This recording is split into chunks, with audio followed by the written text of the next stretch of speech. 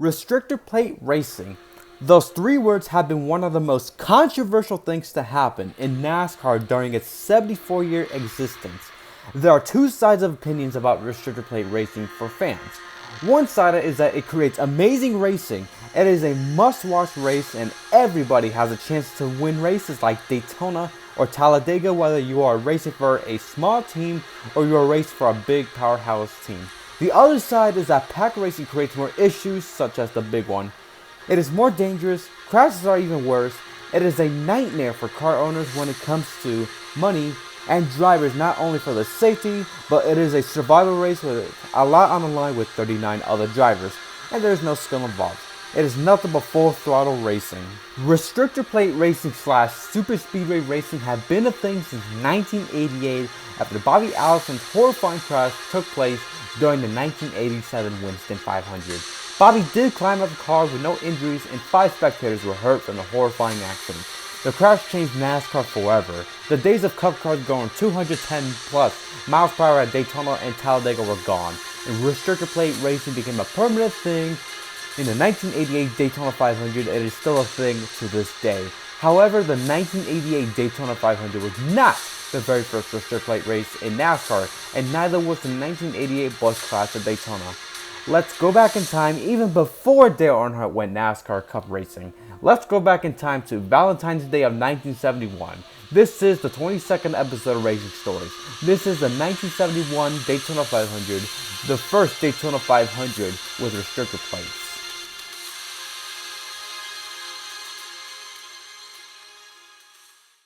Coming into the 1971 NASCAR season, there were a lot of big changes.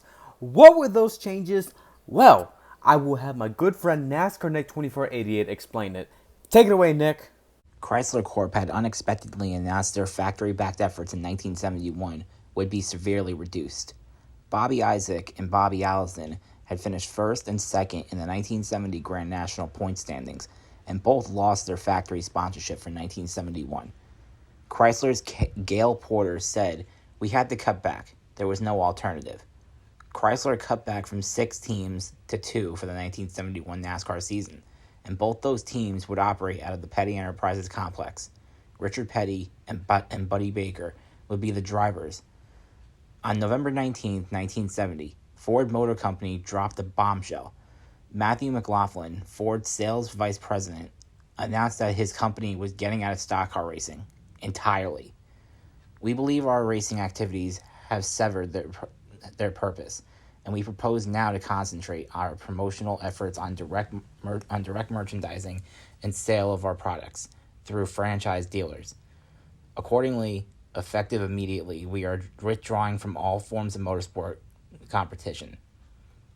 2 weeks after Ford pulled up the stakes and after 20 years of being named NASCAR Grand National Series, NASCAR and R.J. Reynolds Tobacco Company formed what would turn out to be the most fruitful and important relationship in the history of stock car racing.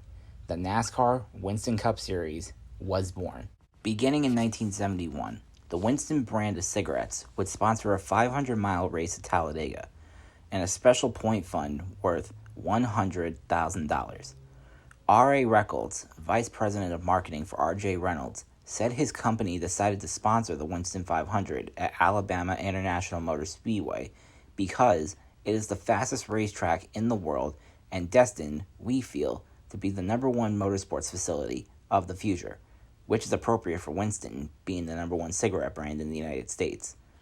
As for restrictor plates, the carburetor plates introduced by NASCAR in August of 1970, which was the Yankee 400 at Michigan, were spawning epic controversy. The heavy-hitting Ford Boss 429 engines and the Chrysler 426 Hemi power plants were heavily restricted under the 1971 rules. The big engines, specifically designed for racing, could compete with a 1/4-inch carburetor opening. In an effort to equalize competition and make racing more affordable to the independents, of which there were many, NASCAR allowed the 427 size Ford wedge engine to utilize a 1.5-inch opening. The larger the holes in the carburetor, the more horsepower could be attained. AJ Foyt won the pole for the Great American Race. His pole speed was 182.744 miles per hour, which was 11.271 miles an hour slower than Cale Yarborough's pole in the 1970 Daytona 500, which was 194.15 miles an hour. Although the cars are slower, competition will be closer and more competitive. Anyway, I'm going to hand this part back over to Ian. Thanks again for letting me join this video, dude.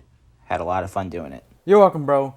If you guys have not already, please subscribe to Nick's YouTube channel and social medias in the link in the description below. Anyway, let's go to the race, shall we? From the Daytona International Speedway, today on ABC's Wide World of Sports, the 13th running of the Daytona 500. I'm Keith Jackson. We have 40 cars sitting on the starting grid just about ready to bolt off, chasing some $200,000 in prize money. The 1971 Daytona 500 was the 13th annual race that was held at Daytona International Speedway. 40 cars started the race. AJ Foyt started on the pole for the Great American Race alongside with 1970 NASCAR champion Bobby Isaac, which I did a story on, and it was the very first episode of Racing Stories. Pete Hamilton and David Pearson won the Daytona 500 qualifier races. 24 cars missed the big race. There was a driver's change for number 25 car. Pedro Rodriguez replaced Jabe Thomas for the race, so I guess you could say 25 drivers missed the show. The race was expected to be close and competitive. Keith Jackson was the play-by-play announcer for the race, and Chris Economaki was the color commentator for the race. 80,000 race fans attended the race in the 54-degree weather. AJ Foyt led the field down to the green and the race was underway. During the first 9 laps of the race, the competition and close racing was expected. There were 5 lead changes from 4 different leaders. AJ Foyt led the first 3 laps of the race. David Pearson led the 4th lap. Foyt got the lead back and led on lap 5 until lap 6. Buddy Baker took the lead from lap 7 to lap 8. Bobby Isaac led from lap 9 to lap 11. By the way, I'm not going to tell you guys lap by lap on who was leading. That would be way too much work. I just wanted to mention how competitive the race was during the first 9 laps. However, on lap number 9, one of the most memorable crashes in NASCAR and Daytona 500 history took place. And A.J. Foyt now slingshots his way back into the lead. Foyt his lead. Baker is moving up. The challenge for second place up on turn 2. We've got a wreck. Look at that. Wow. What a crash, Keith. I don't think I've ever seen one this bad. Looks like a Ford.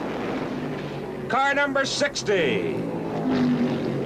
I don't know how in the world the following cars managed to avoid him. One of them came well inside on the grass to avoid making contact with some of the flying debris. Car number 60, Maynard Troyer, 32-year-old rookie from Spencerport, New York, flipped an incredible number of times. I have no idea how many times it was.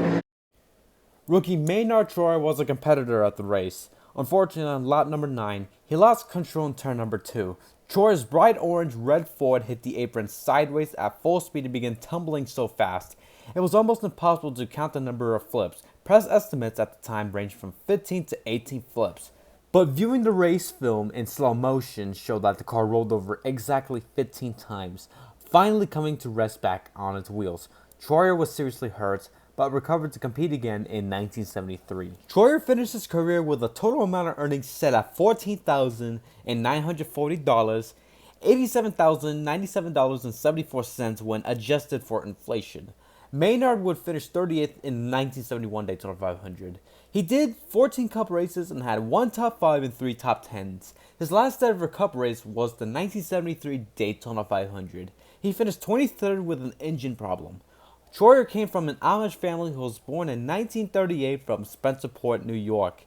Well, another source from ours says he was born in Plain City, Ohio, so I'm not sure. Can anybody confirm what is true, what's not true? Anyway, Troyer started racing in 1956. He started to do modified racing in 1967 and won over 200 pavement modified wins.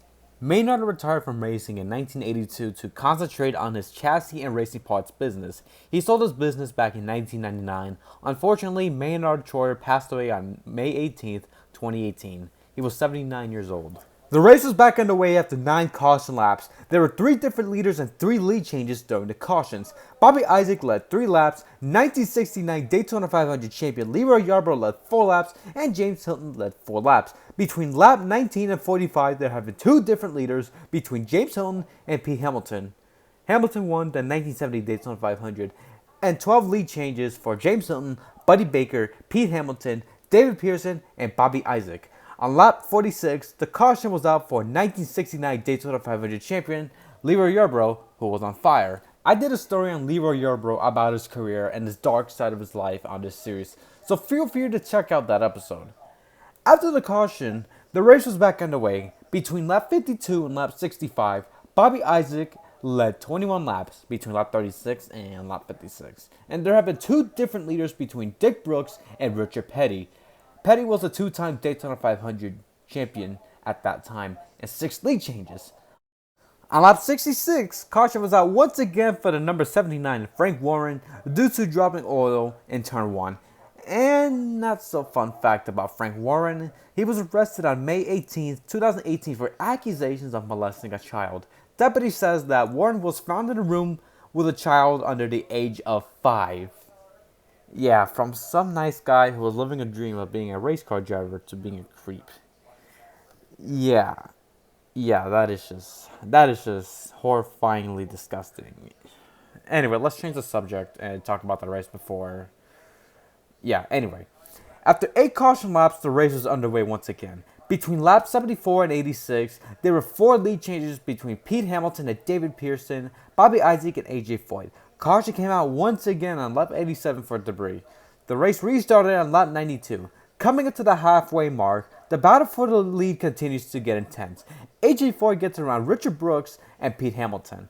Thankfully, AJ Foyt avoided disaster as soon as he got into turn number 1, while the battle for second got too intense. Here's the mini motor, Richard Brooks, now up there battling for first place. Remarkable combination of car and driver doing a fine job at AJ. Oh! That's Brooks and Hamilton.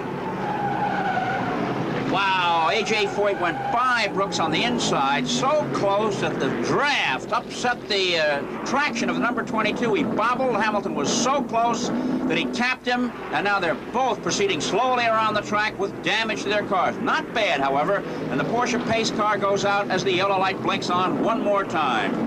While Brooks and Hamilton went side by side for second, Hamilton's car got up to Richard Brooks, contact was made. Brooks tried to save the car, but he could not save it and spun while Hamilton was there. Unfortunately, the 1970 Daytona 500 champion Pete Hamilton did not go 2 in a row. This time, racing for Cotton Owens. He suffered right front damage. Hamilton would finish 28th, 43 laps down. Richard Brooks' Mario Rossi number 22 car suffered some left rear damage from the incident.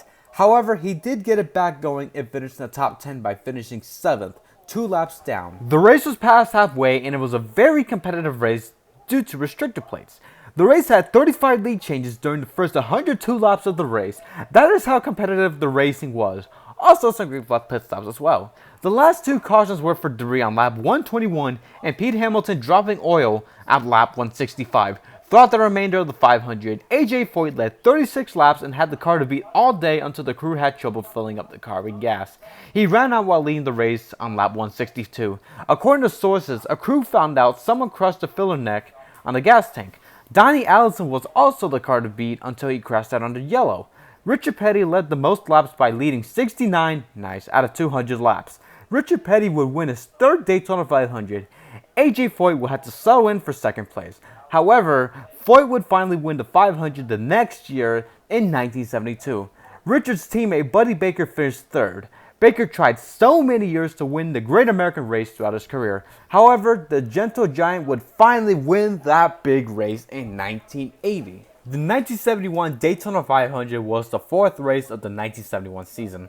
It was a 48 race schedule. The race lasted 3 hours, 27 minutes, and 40 seconds. The race had 48 lead changes. Only 3 cars finished on the lead lap, which was Richard Petty, AJ Foyt, and Buddy Baker.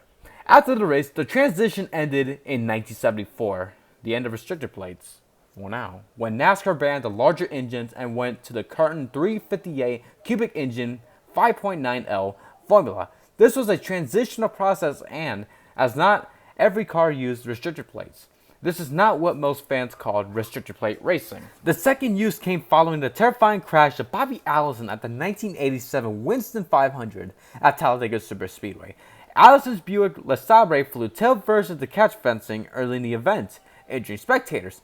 After the summer where the two subsequent superspeedway races, Daytona and Talladega, were run with aids to prevent cars from flying in smaller carburetors, 390 cubic feet per minute instead of 750 cubic feet per minute, NASCAR imposed restrictor plates again, this time at the two fastest circuits, both superspeedways. Daytona for all NASCAR sanctioned races and Talladega for cup races.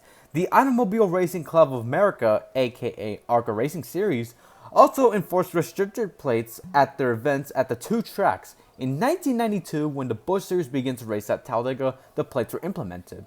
Restrictor plates were used in 2000 at the New Hampshire Motor Speedway after the death of Adam Petty and Kearney Irvin Jr. Shocker, shocker, it is one of the worst NASCAR races in history. To this day, restrictor plates are still a thing in ARCA, trucks, and Xfinity. Nowadays, Cup still uses tapered spacers despite the changes they made after Newman's near-fatal crashes.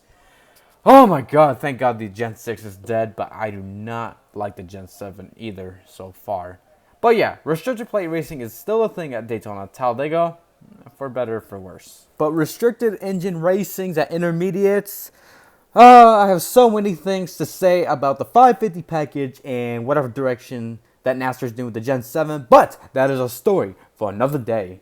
Anyway, so that's going to do it for another episode of Racing Stories. I want to give a big shout out to my good friend NASCAR Nick 2488 for being featured in this episode. Subscribe to his channel and follow his social media accounts down in the descriptions below.